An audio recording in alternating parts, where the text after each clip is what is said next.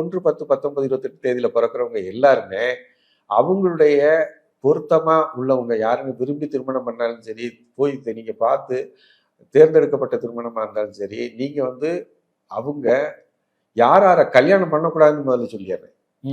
1 ஆதிக்கம், சூரிய ஆதிக்கம் 1, 10, 19, 28 தன்னை போல ஆதிக்கம் உள்ளவங்கள கல்யாணம் பண்ணக்கூடாது.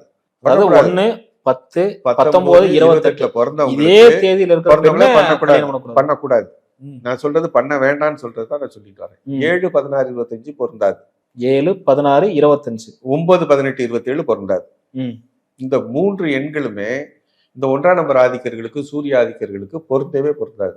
ஏன் அப்படின்னு கேட்டீங்கன்னாக்க 2 பேரும் பாத்தீங்கன்னாக்க பொருத்தமான மன இசைவு கொண்டவர்கள் கிடையாது. ஒரே மாதிரியான மன இசைவு கொண்டு போது ஒருத்தர் பிடிவாதமா இருக்கும்போது இன்னொருத்தர் வந்து கொஞ்சம் விட்டு கொடுக்கணும்ல, அந்த பிடிவாதம் இவங்களும் காமிப்பாங்க. ஸோ 2 பேரும் அந்த இடத்துல போய் அந்த இடத்துல முட்டிக்கும். அதனாலதான் சொல்றேன், 1ஆம் நம்பர் ஆதிக்கர்களுக்கு 1, 7, 9 ஆதிக்கர்களை சேர்க்கவே கூடாது.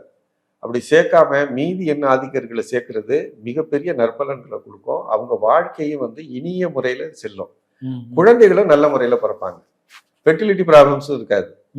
1ஆம் நம்பர்காரங்களுக்கெல்லாம் பெரும்பாலும் ஃபெர்டிலிட்டி ப்ராப்ளம்க்கு சூரியன் ஆதிக்கங்கிறதுனால ஃபெர்டிலிட்டி ப்ராப்ளமே இருக்காது. அப்படியே ஃபெர்டிலிட்டி ப்ராப்ளம் வந்ததுனாக்க உங்களுக்கு சேர்த்த எண்ணு சரியில்லைன்னு தான் அர்த்தம். நான் சொல்ற மாதிரி இந்த 1, 7, 9 ஆதிக்கர்களை சேர்க்காம மற்ற எண்காதல்களை சேர்க்கும் போது உங்களுக்கு நிச்சயமா அந்த திருமணம் வந்து நீடித்து செல்லும். ஒருத்தருக்கு ஒருத்தர் சண்டை வராதுமா இருக்குமா அப்படின்னா வரத்தான் செய்யும். வந்தாலும் கூட அவங்க சேர்ந்துக்குவாங்க, விட்டு கொடுத்து ஒருத்தருக்கு ஒருத்தர் பொருத்தமா வாழ்க்கையை நடத்துவாங்க.